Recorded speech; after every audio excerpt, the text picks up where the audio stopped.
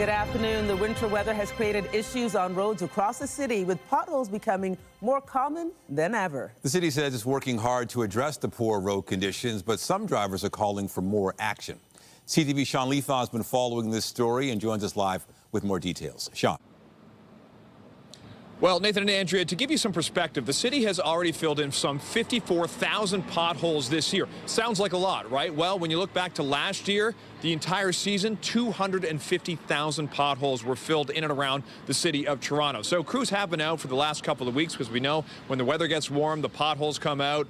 That's just an issue you deal with here in the city of Toronto. They've been working to fill things in, but of course, it's tough to keep up with the pace that the potholes are happening this year. So we've been hearing about some people dealing with the potholes, getting damage to their vehicles, that sort of thing, or just the difficulty of driving in the city right now, because you have to be aware, not only eyes on the road, but eyes down to make sure that you can possibly avoid any potholes that you will see. We spoke to some drivers this morning. Here's what they had to say. We have harsh winters. We have tough conditions. This winter in particular was pretty tough. So, you know, when the city gets to them, they'll get to them. I mean, hopefully now that there's no snow on the roads, they start filling them up.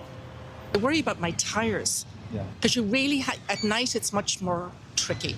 So one has to be very observant. So you don't want to be constantly looking down at the road. You have to look ahead. Yeah. So yes, I find I'm more vigilant, and I worry about the tires. So to give you an idea just how quickly the city is working, we're at Queen and Carlaw right now, and a pothole repair crew actually pulled over to the side of the road, and they're setting up at the intersection of Queen and Carlaw. So you can see crews are around the city. As you may see, they've just put up their lights to notify they're taking up a lane. They will be getting work done there. And looks like they're just moving across the intersection.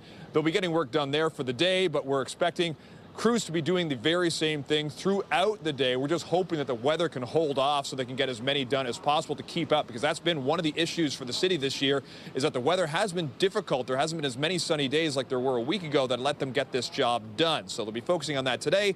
Hopefully the weather holds off and they can get it done some more. Reporting live, I'm Sean Leathong. Nathan and Andrea, I'll send it back to you. Yeah, hopefully. Thank you, Sean.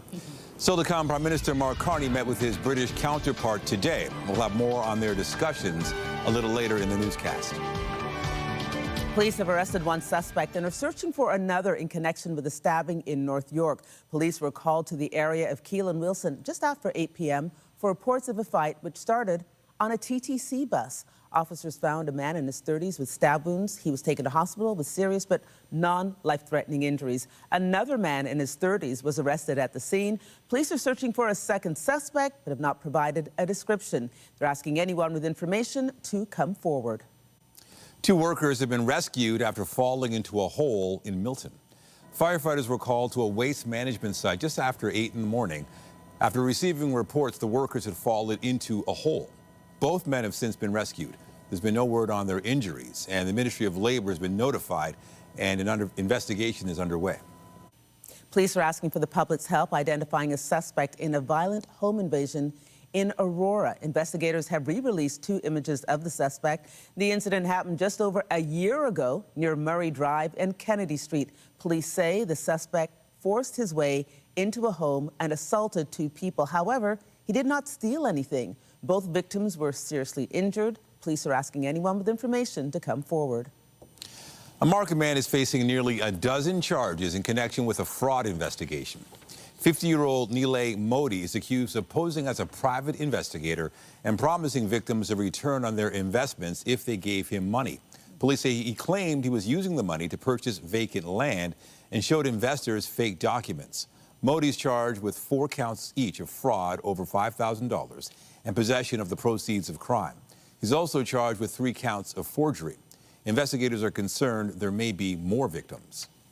There are growing calls for the AIDS Memorial in Barbara Hall Park to be redesigned. The memorial is made up of 14 pillars with the plaques listing the names of hundreds of Torontonians who have died as a result of the disease.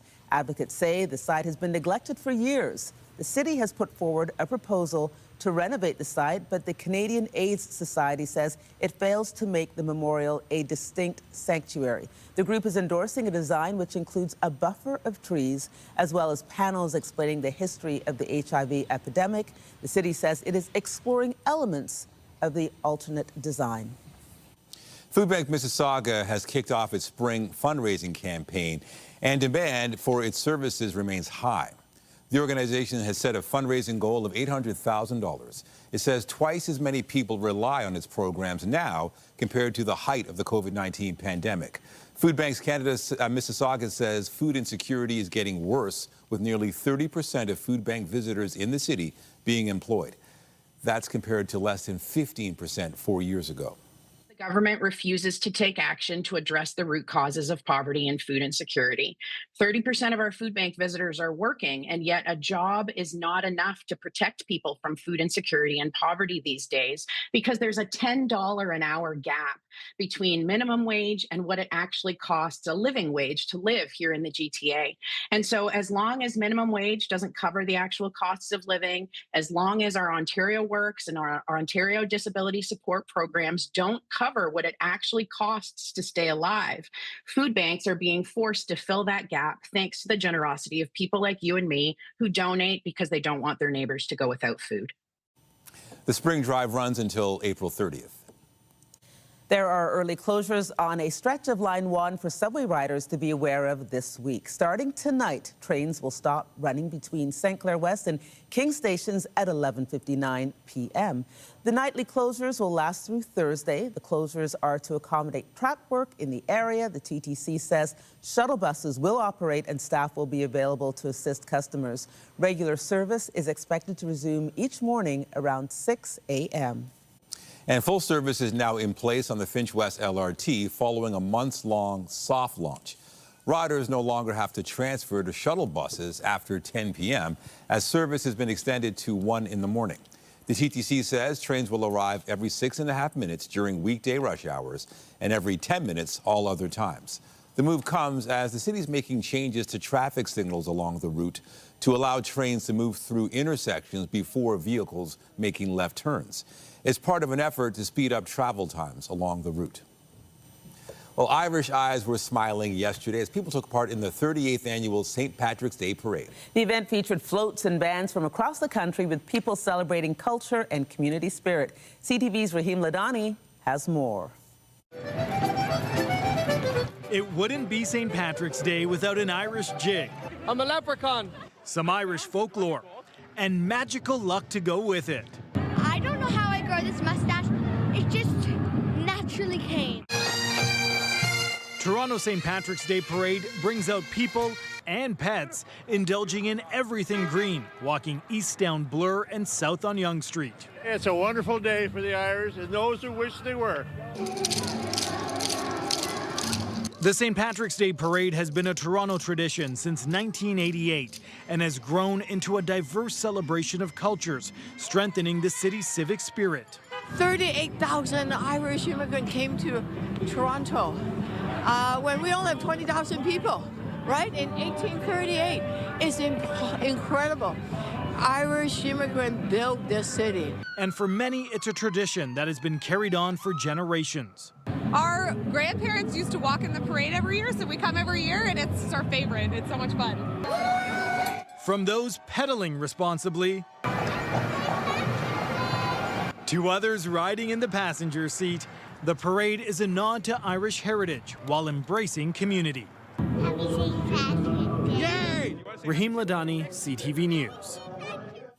More news in a moment. First, here's a live look at the city this afternoon. We started off with some mild temperatures today, but a cool down is on the way, and we're watching for some snow into tonight. Lindsay Morrison is here with a look at the current conditions. And Lindsay, I was walking the dog this morning and I had a smile on my face because I wasn't bundled up as I have been in the last little while. I know, I felt the same joy, Andrea. Unfortunately, it's not going to last. By the time you're taking the dog for a walk this evening, it is going to be much colder, and hey, it might be snowing depending on what time that's happening at too. We've had some rain showers today. We've got freezing rain and ice pellets north of Georgian Bay, so that's less of a concern for us, but we do expect expect that some of the showers that we're seeing right now, later tonight, any precip will be falling as snow. I want to talk about the winds, very strong again today. We are under a special weather statement. There are wind warnings in Niagara region, and those winds right now are sustained upwards of 30 kilometers per hour, gusting close to 50 here locally, gusting upwards of 70 kilometers per hour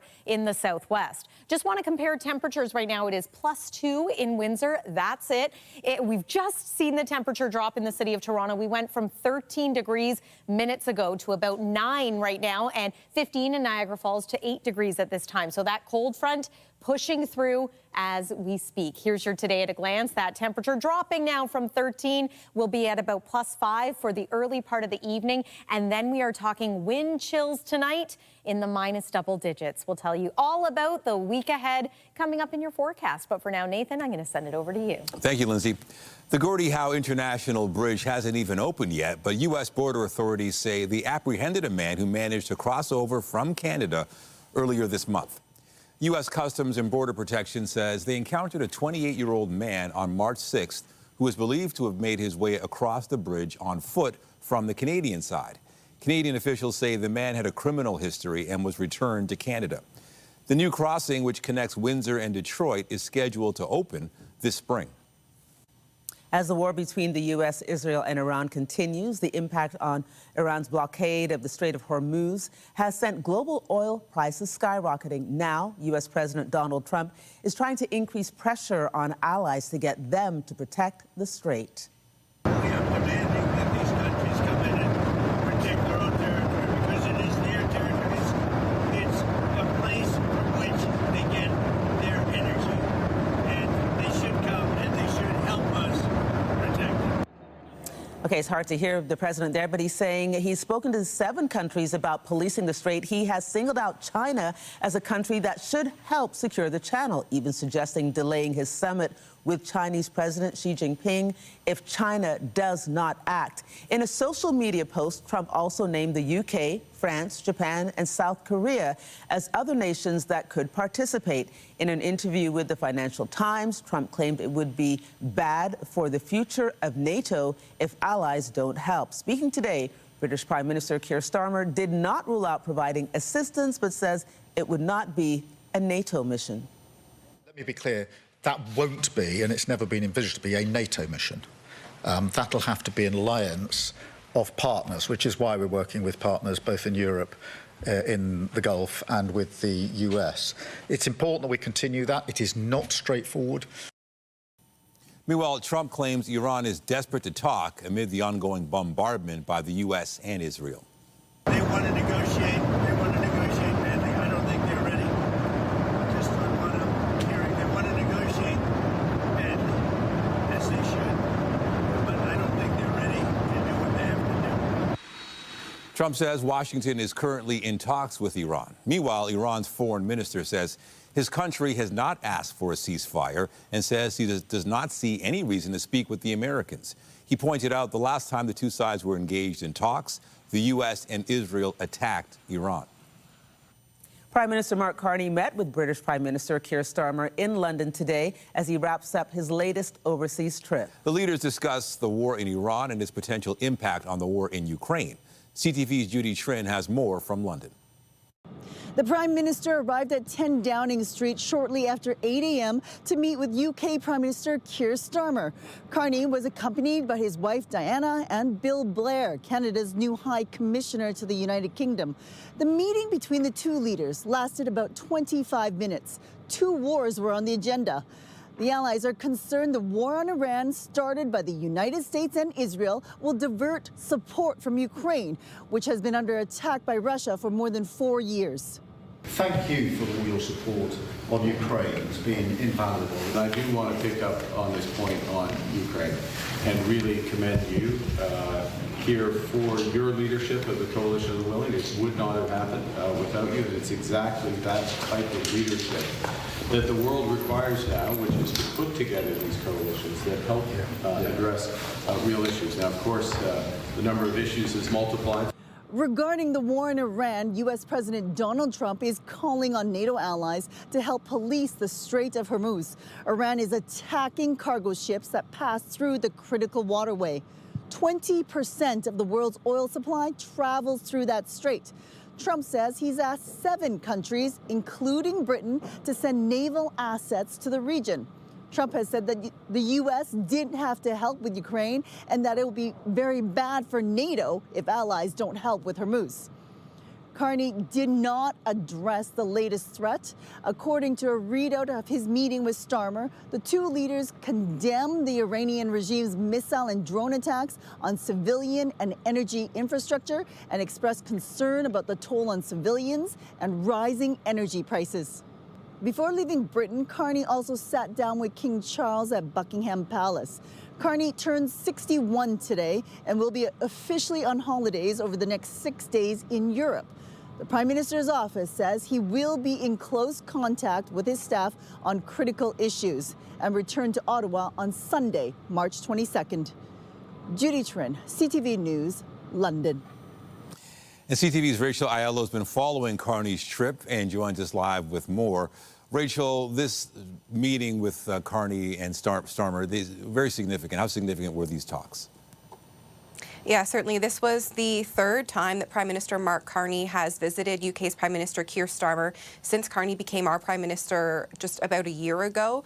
Clearly beyond, of course, as Judy rightly points out, the focus on the situation in Iran and the ongoing war between Russia and Ukraine, there was a significant focus as well on strengthening the Canada-UK relationship. Considerable discussion about the two countries working more together on issues like trade and security. So that was clearly a focus, and obviously being in the UK is familiar stomping grounds, can we say, for Carney, given his time spent there as the governor of the bank. And so beyond the meeting with Starmer, which officially was kind of the end of his proper itinerary for this trip, the rest of his time is going to be spent in what his office is calling personal commitments, and that is, of course, beginning with this meeting with King Charles, which we understand is getting underway just about around the same time that we're speaking, Nathan.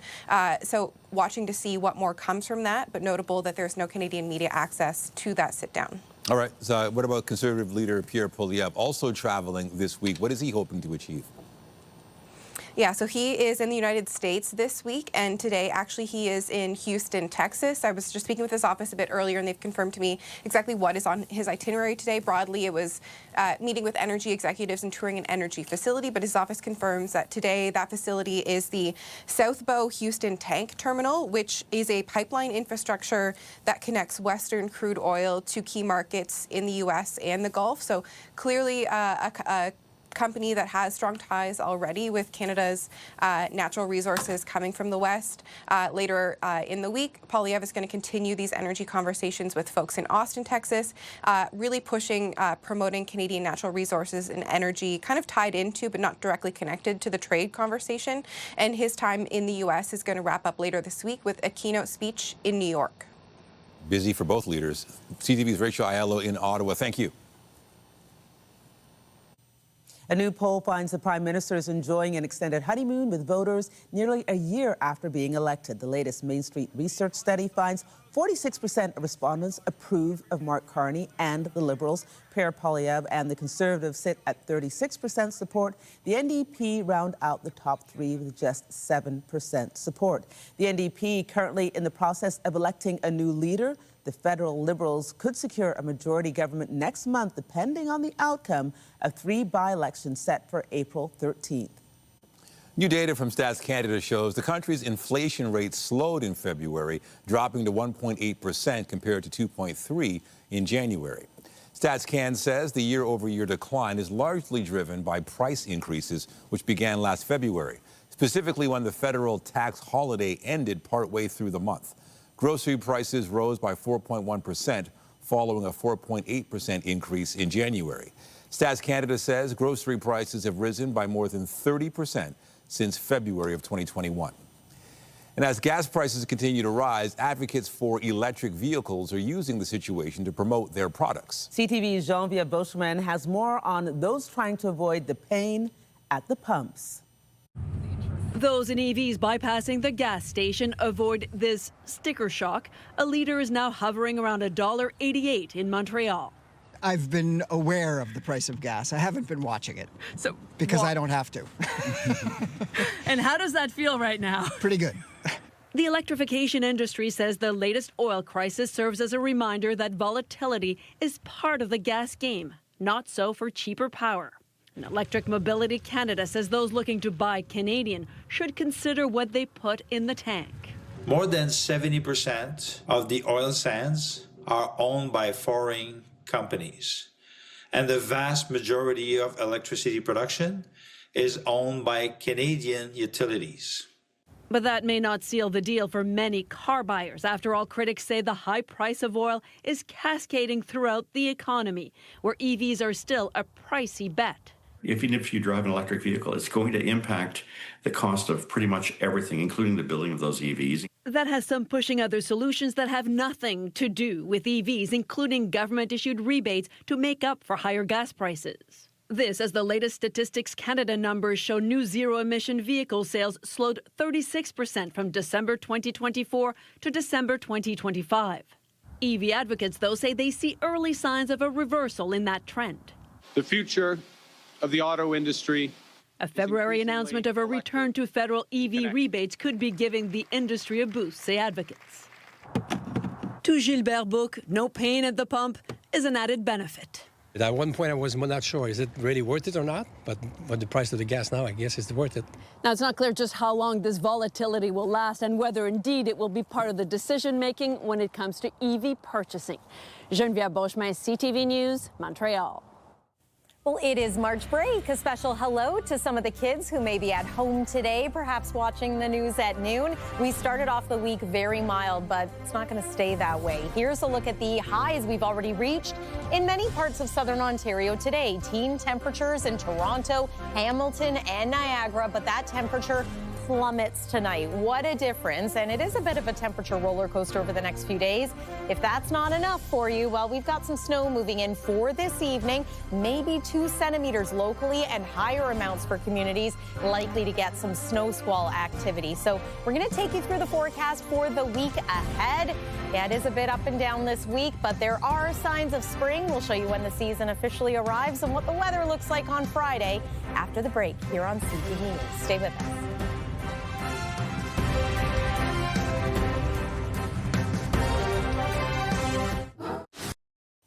While some families are getting away for March break, others are sticking close to home to check out, to check out a number of events happening in the GTA. That includes the Sugarbush Maple Syrup Festival.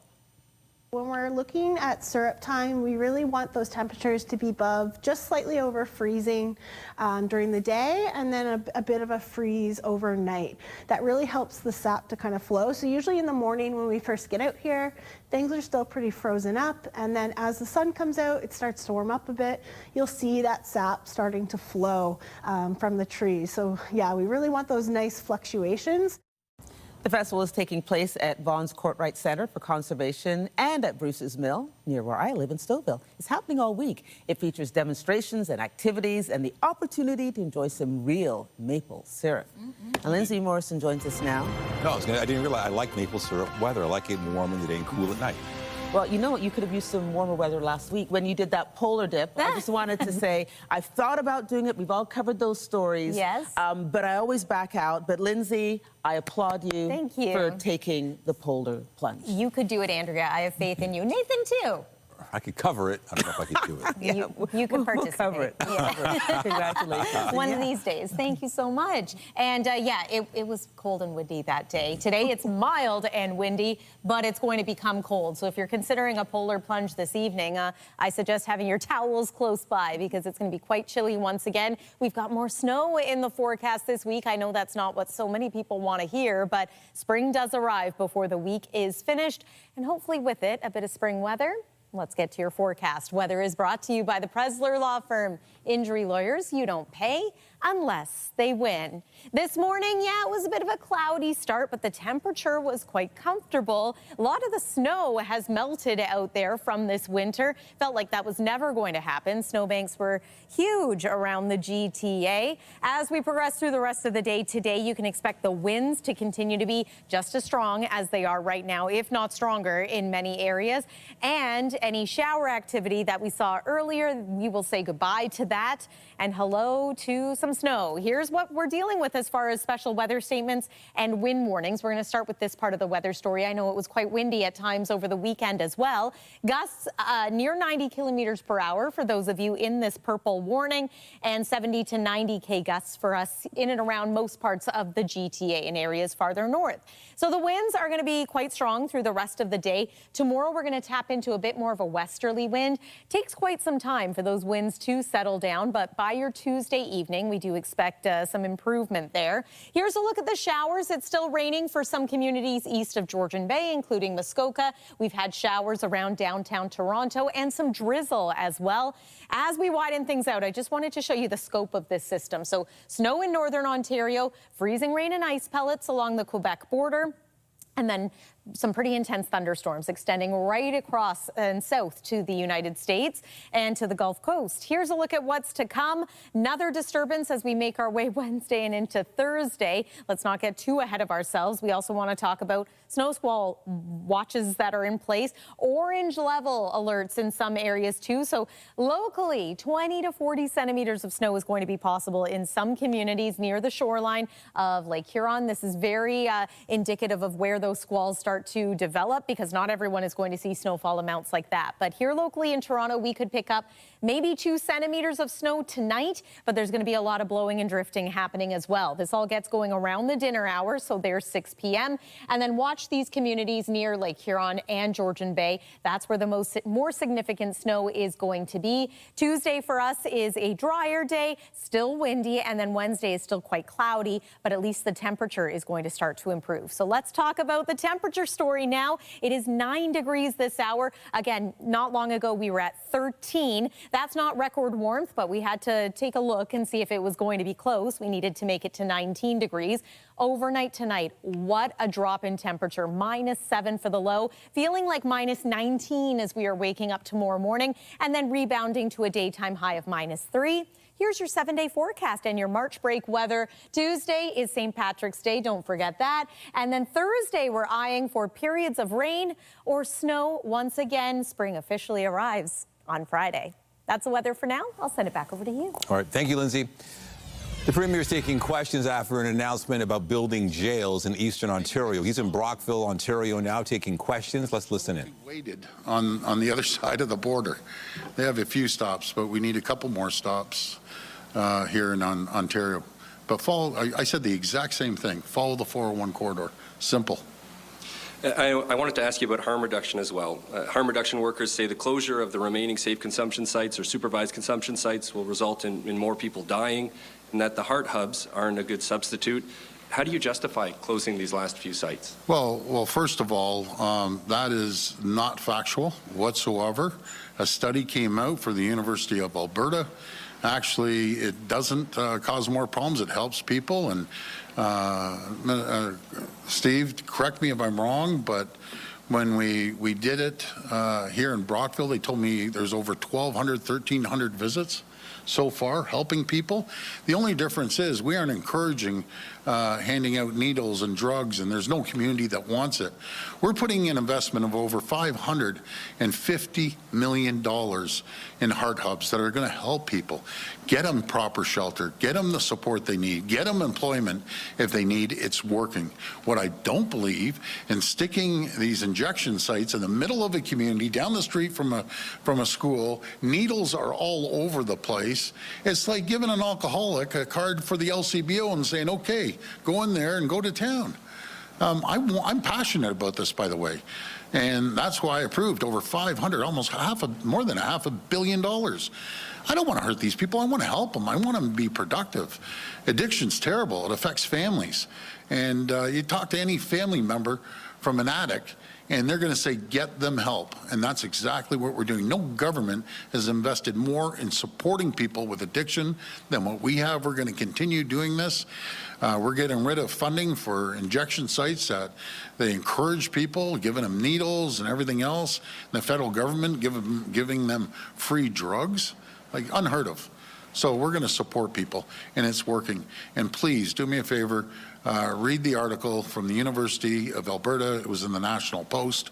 What they're saying, it increases. It doesn't actually. If anything, it decreases. Hi, Premier. Laura Stone, Globe and Mail. Hi, Laura. Hey. Back to the FOI issue. Yes. Why can't Ontario be more transparent than these other places you're mentioning? And you're making this retroactive. So you're trying to. So can you address this complaint that you are trying to block the release of your cell phone records, and why are you trying to hide them? Okay. Well, first of all, I'll get to my cell phone records. First, why isn't anyone jumping up and down about the federal government, Laura? You live in Ottawa. Go knock on their door and say, why is the province of Ontario duplicating what you have and the rest of the provinces? We aren't just inventing this. We're at the first out of the gate. We're antiquated. We're 40 years old. As for my cell phone, Laura, I would like to ask the people, I'm behind 6,643 messages. People call me 1,000 people a day on very personal issues. There's confidentiality. I was sworn to confidentiality for constituents, and I'm not going to release personal confidential information about people's lives. That's what it comes down to. And there's cabinet confidentiality. If you look at the Supreme Court rulings, it's about protecting cabinet confidentiality with the Ontario Public Service. But I have an idea. Judge me or judge our party on decisions, not on conversations that we have in a cabinet office or conversations that people trust that you are not going to release. Just imagine if I released personal, and it's very personal, a lot of health stuff and everything, every personal problem people have, they call me. I feel like a psychologist every day trying to solve everyone's personal issues. That is not good to release it. Matter of fact, I learned this back at City Hall days, and I'm sure my colleagues know this. When you leave office, you have to, even if the same party gets reelected and they go in there, you have to destroy every bit of information that you have on your constituents. And it's going to start all over again with the new MPP or the new city council. That's the way it works. There has to be confidentiality. People have to be reassured when they text me, it's going to be confidential, and it will be confidential. Okay, thank you for that. I was listening to Premier Doug Ford. He's in Brockville. He made an announcement regarding building a new correctional complex in Brockville. At least that's what they're considering. He was just answering questions about freedom of information legislation, and what that would do is create a situation where certain records of the Premier and other government officials would not be released. It has received a lot of criticism from the opposition, but he was explaining why he is justifying this new legislation that they're hoping to introduce. But of course, we're going to continue to follow what happens at the news conference. We'll share it with you at 5 and 6 tonight. Still to come, avoiding AI brain fry. We'll have more on how workers can avoid becoming burnt out by the new technology when we come back.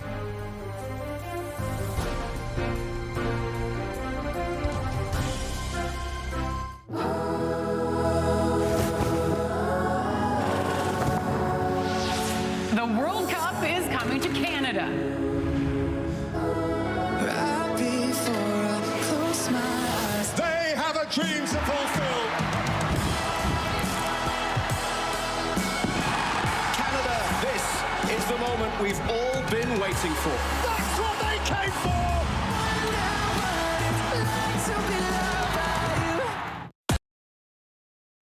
An asteroid first discovered in 2024 has been making headlines ever since. At first, it looked like it might be on a collision course with Earth. Then astronomers said that would not happen. Then it looked like it might collide with the moon. Good grief. Now scientists say that's not going to happen either. For more on all of this, we're joined by Dan Riskin. Dan, tell us about this asteroid, because, I mean, that was a roller coaster ride there. Yeah. And for this next study, let's drill down on some energies. And, yeah, so let's first of all talk about this asteroid, because I'm concerned, because I was ready to go into a bunker. Yes, and a bunker would be appropriate, because it was like city-destroying size. Ooh. I mean, it still is, but it's not going to destroy a city, because it's not going to hit the Earth, and all the cities are on the Earth. So it was going to hit the Earth, or it was never going to hit the Earth, but it was a 2% chance it was going to hit the Earth. Okay. So people were like, well, I don't like those odds. Yes. I would like a smaller probability, please. Then astronomers did some calculations and figured out, no, in fact, it's not going to hit the Earth, but it might hit the moon. And so you might think, like, who cares if it hits the moon? There's nobody on the moon. What's the big deal? But if it had hit the moon, it would have left this new crater that would have been 1 to 2 kilometers across. But more importantly, it would have kicked up a ton of debris. It might have been visible from Earth with the naked eye, which would have been really cool to see. But all that debris then, you know, is kicked up into space. A lot of it falls towards the Earth, a lot of shooting stars, but also a lot of broken satellites. And so a lot of people were really worried about this possibility, and the odds were over 3% at one point. But the James Webb Space Telescope has done some nice measuring of its trajectory, and we've figured out, I say we, I'm taking credit for this, they have figured out that it's not going to hit the moon. Either it's going to pass us and the moon, and everybody's going to be okay. And this is in 2032. 2032, on December 22nd. We knew the date it was going to go by, and it's still going to go by around then, or on that day. So we'll see whether it's close enough that we can get a good look at the one that almost got us. But if you picture the moon, you know, as a circle, it was 6 moons away from the moon. So that's how close it's going to be, is about 6 diameters. I mean, in space, that's like so close. And after it does that pass, you know, gravity's going to change its trajectory, and they'll have to do some more calculating. But hopefully, we've dodged this bullet. Merry Christmas. All right, so empty corporate jargon like synergies, et cetera. Apparently, workers who believe that aren't the best workers. Yeah, so, you know, you've had those meetings where somebody says, we're going to circle around, we're going to have like a blue sky meeting, and we're going to bring together That never happens here. We're going to drill down. No, it would never happen here. I mean, other places. Never here. We've all had those meetings where you've got that manager that just will not stop talking like that. And you're like, does that mean anything?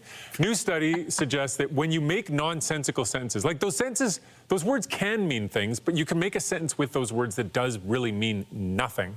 And when you show that sentence that means nothing to a bunch of different people, some people think it means something and some people don't. And when people are the types that think it does mean a thing, their performance on a whole bunch of tests of their actual performance at work and some other cognitive tests show that they're not the ones that should be leading things. So if you're having that meeting and your boss is using that language at you and you're a little bit confused, it's not you, it's them. Just you know, if you can't understand the words and they're not being clear, that's on them. It's not that you're missing out.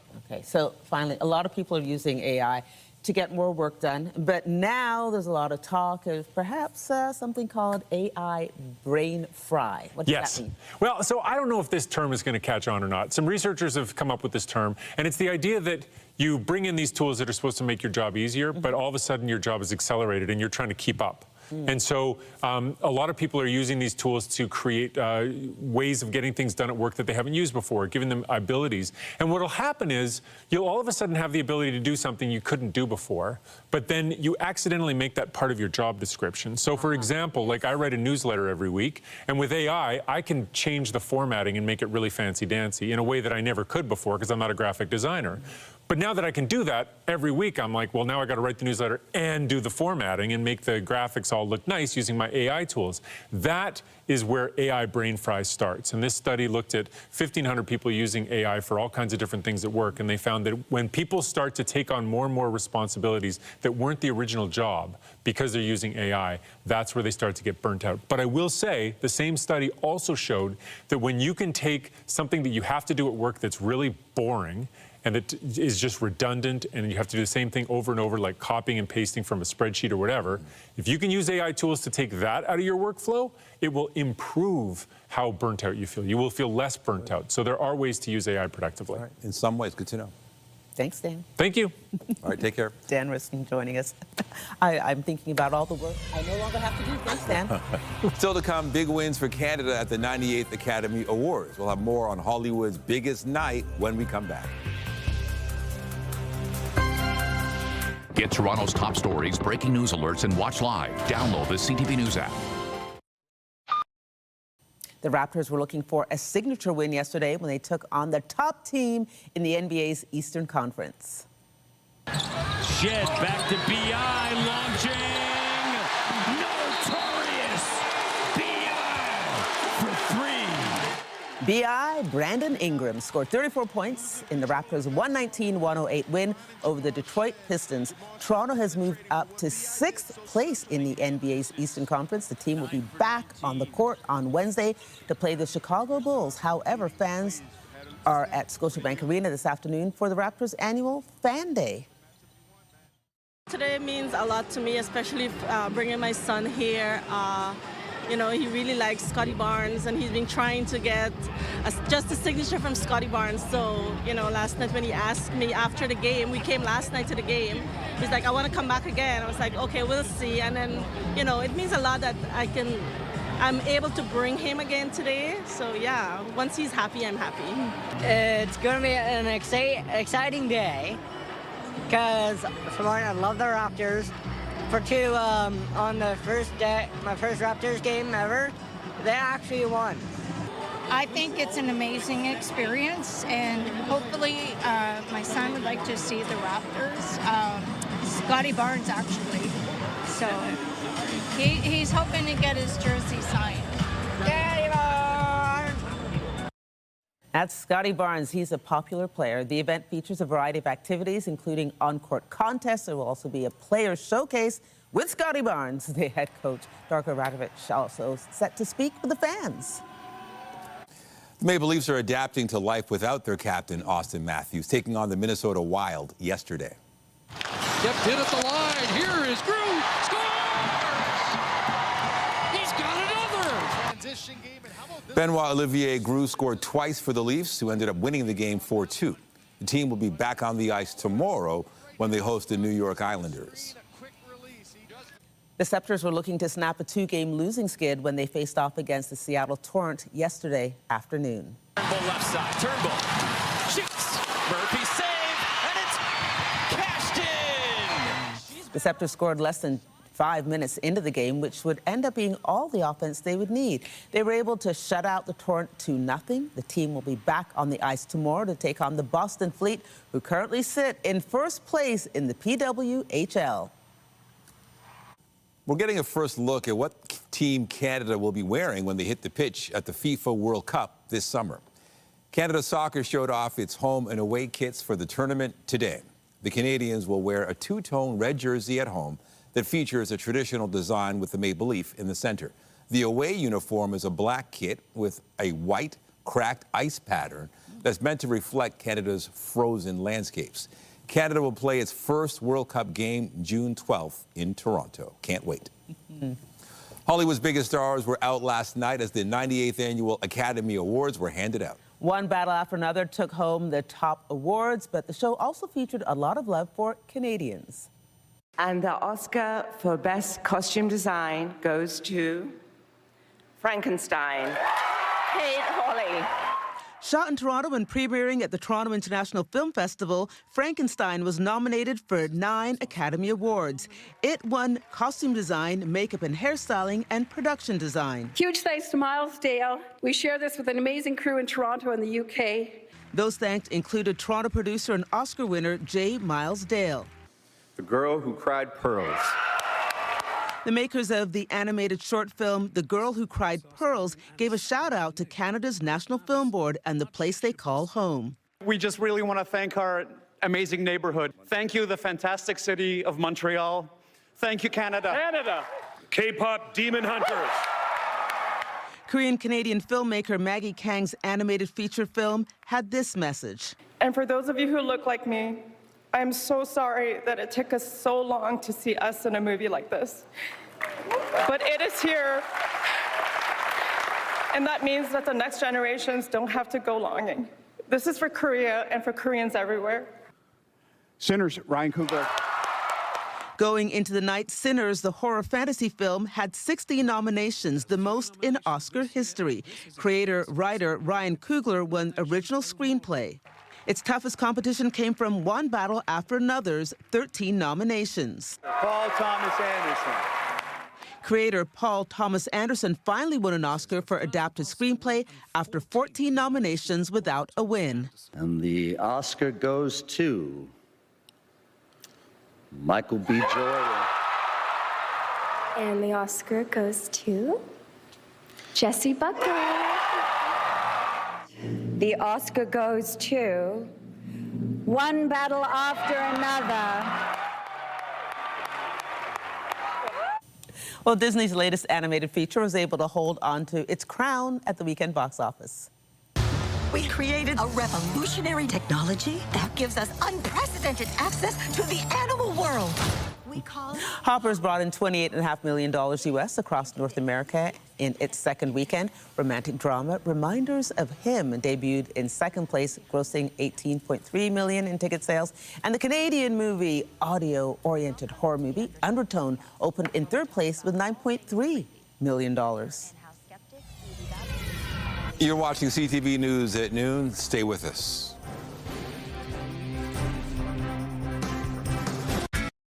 Okay, I just want to thank Lindsay because Lindsay's in my my text group for the Oscars last night, so we were watching it together, and so appreciate. You're happy with the outcome? Mostly happy. I appreciate you, Andrea. You were busy working yesterday and still texting us during the Oscars, but it was good fun. Good show. Good show. Will the weather be a good show? Arguably not so much, but as we make our way through the night tonight, we're expecting some snow. It begins around the dinner hour. It's going to be windy right through the afternoon. Still seeing some showers in some areas, but that snow is creeping ever closer to southwestern Ontario. So just a heads up on this. The snow is expected to taper off into the overnight, and then we're mainly just dealing with flurries. Look at the temperature drop, though. We are going to plummet to about -7 or -8 for an overnight low. Wind chills in the -teens as we're waking up tomorrow.